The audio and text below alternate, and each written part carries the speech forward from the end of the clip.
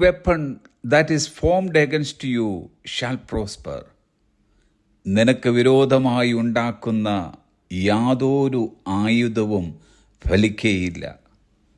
തിരുവചനം നമുക്ക് തരുന്ന ഒരു വാഗ്ദത്തമാണിതെങ്കിൽ ദൈവമക്കൾക്കെതിരായി ഉയരുന്ന ആയുധങ്ങളുണ്ടെന്നുള്ളത് ഒരു യാഥാർത്ഥ്യമാണ്. ദൈവമക്കളുടെ വിശ്വാസത്തിൻ്റെ വീര്യത്തെ ചോർത്തിക്കളവാനും ദൈവത്തിൽ നിന്ന് അകറ്റിക്കളവാനും ലോകമോഹങ്ങളിലേക്ക് ശ്രദ്ധ തിരിക്കുവാനുമായി പിശാച് ആയുധവുമായി പോരാടിക്കൊണ്ടിരിക്കും. എന്നാൽ നാം ദൈവത്തിൽ ആശ്രയിച്ച് നിൽക്കുന്ന നിമിത്തം നമുക്കെതിരെ ഉയരുന്ന യാതൊരു ആയുധവും ഫലിക്കുകയില്ല.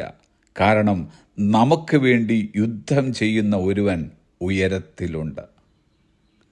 സകല യഹൂദന്മാരെയും ആബാലവൃദ്ധം കുഞ്ഞുങ്ങളെയും സ്ത്രീകളെയും നശിപ്പിച്ച് കൊന്നുമിടിക്കുകയും അവരുടെ വസ്തുവക കൊള്ളയിടുകയും ചെയ്യണമെന്ന് അഹശ്വേരോശ് രാജാവ് തീർപ്പ് കൽപ്പിച്ചപ്പോൾ മൊർദെഖായിയും എസ്തേറും പതറിയില്ല. കാരണം രാജാവിൻ്റെ തീർപ്പിൻ്റെ മുകളിൽ ദൈവത്തിൻ്റെ ഒരു തീർപ്പുണ്ടാകും എന്നവർക്ക് നിശ്ചയബോധമുണ്ടായിരുന്നു.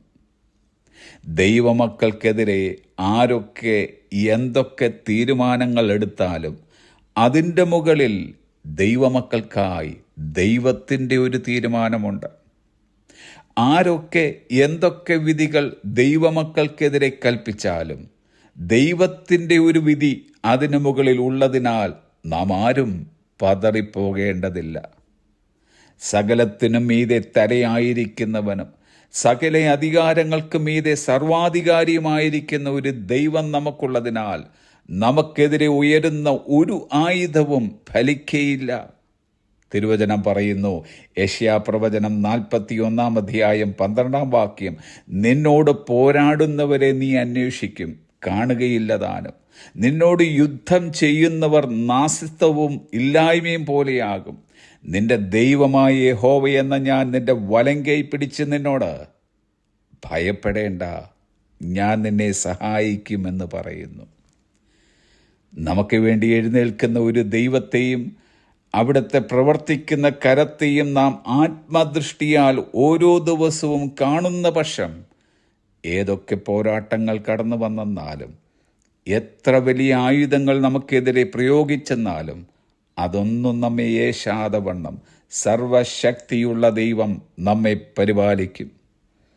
അതുകൊണ്ട് നമുക്കിന്നിങ്ങനെ പറയാം, യഹോവ എൻ്റെ പക്ഷത്തുള്ളത് കൊണ്ട് ഞാൻ ഭയപ്പെടുകയില്ല. പിശാചിന് എന്നെ ഒന്നും ചെയ്യുവാൻ കഴിയുകയില്ല. Have A blessed day.